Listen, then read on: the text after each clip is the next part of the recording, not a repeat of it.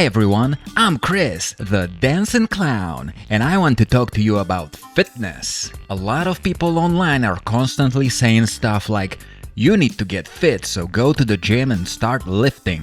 That's not bad advice necessarily, but what else? No, seriously, what else?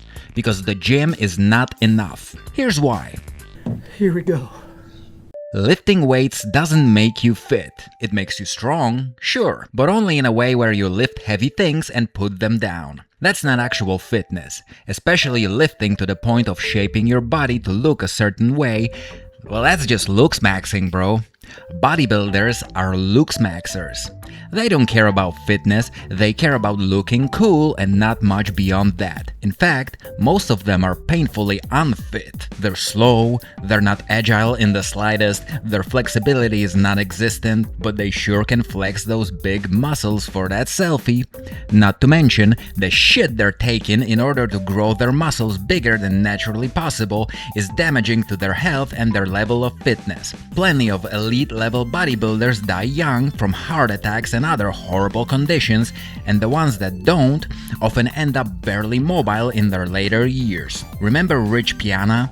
Motherfucker looked like he could beat up the Terminator, but he died in his 40s because he fucked up his body completely. And even the Terminator himself, Arnold Schwarzenegger, had to get heart surgery in the 90s because he fucked up his body too.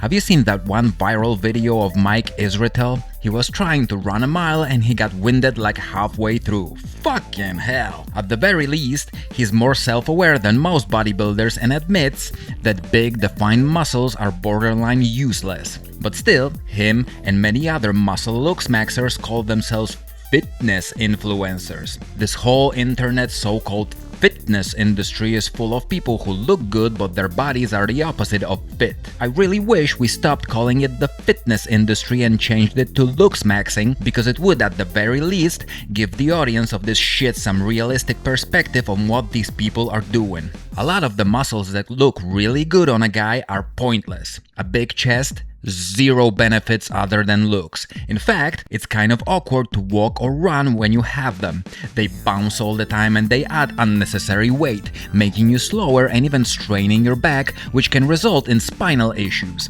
Looks matter, but not in athletics. Some of the top athletes on the planet don't look that impressive until you see them in action. Nate Diaz just looks like some guy, but then you see him in action and he's a killer. However, he was never a looks maxer, so he never had big pecs or perfect abs. Remember this iconic MMA fight? This was an eye-opener for me. You watch it and you're like, the fuck is this guy doing here? Looks like he just got here after a binge at the local bar. This monster of a man will annihilate him. Look at him, he's a beast. He's gonna... Oh.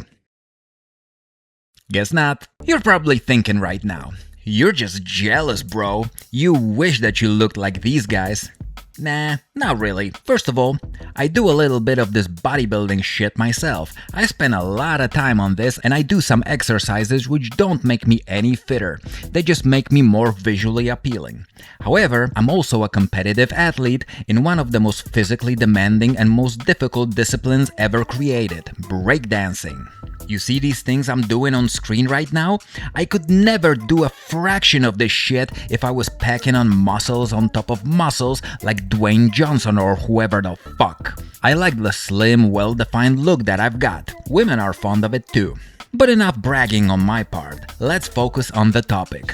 What I would suggest is to pursue functional muscles, not ones that make you look like a Marvel character, but ones that make you more capable than the people around you.